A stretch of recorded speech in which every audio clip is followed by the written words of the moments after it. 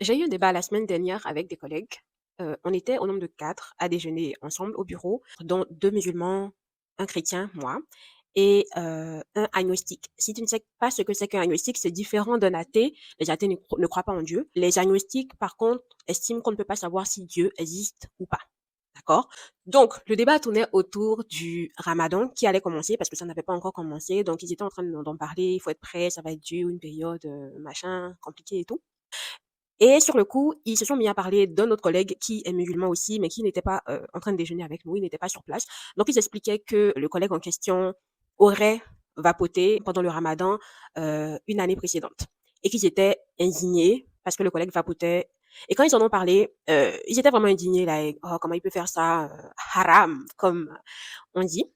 Et le collègue agnostique en rigolait aussi.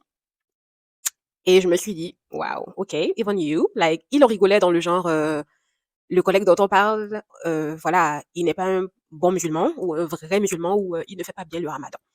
Et moi, dans tout ça, je les observais en premier et ensuite, je, j'ai dit, mais la foi, elle est personnelle, que ce soit la foi chrétienne, musulmane ou whatever, elle est personnelle. Et je crois fermement que la foi, en fait, c'est un journey. En français, je pense que c'est cheminement et que c'est comme quand tu nais, tu apprends à t'asseoir, tu apprends à aller à quatre pattes, tu apprends à marcher. Et j'estime que, en tout cas, dans la foi chrétienne, c'est comme ça que l'on voit les choses. On grandit et on apprend. Et je leur expliquais même que bah peut-être que dans 2, 3 ans, on ne sait pas, il regardera derrière lui et il dira bah imaginez les gars, pendant le Ramadan, je vapotais. Oh mon Dieu, là, je viens de loin. Et c'est ça vraiment la foi selon moi. Avec ce débat, j'ai réalisé combien, en tant qu'humain, on pouvait être dans le jugement, quelle que soit la religion. Honnêtement, je ne pensais pas forcément que ce soit quelque chose qui existait dans la religion musulmane, ou en tout cas, je n'y ai jamais pensé, like, je ne me suis jamais intéressée au sujet, ou je n'ai jamais eu l'occasion d'y penser ou d'y réfléchir. Et j'ai réalisé combien, quel que soit l'endroit où c'est tellement facile de se retrouver à juger les autres dans leur foi. Et je ramène le sujet dans ma foi chrétienne.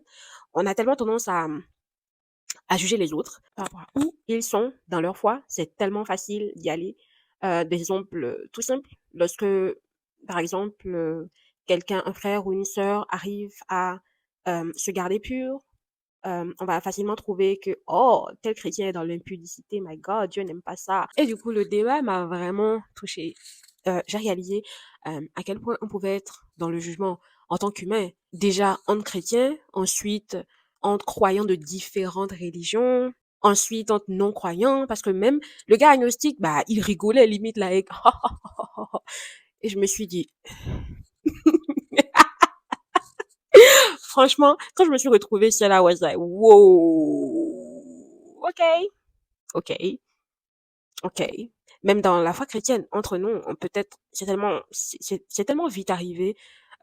Souvent dans notre foi, on est fier lorsqu'on fait des efforts pour ressembler à Christ, qu'on réalise que oui, il y a telle chose qu'on a pu délaisser, il y a telle chose qu'on ne fait plus.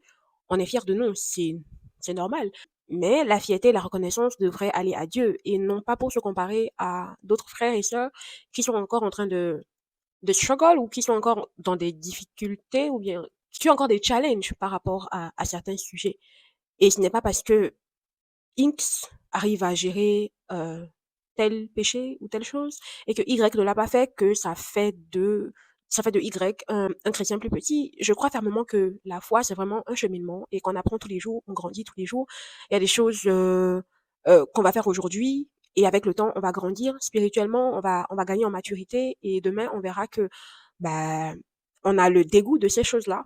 C'est vraiment un cheminement et c'est vraiment d'être intentionnel par rapport à la façon dont on travaille sa foi, à la façon dont on grandit pour ressembler chaque jour un peu plus à Christ. C'est vraiment ça.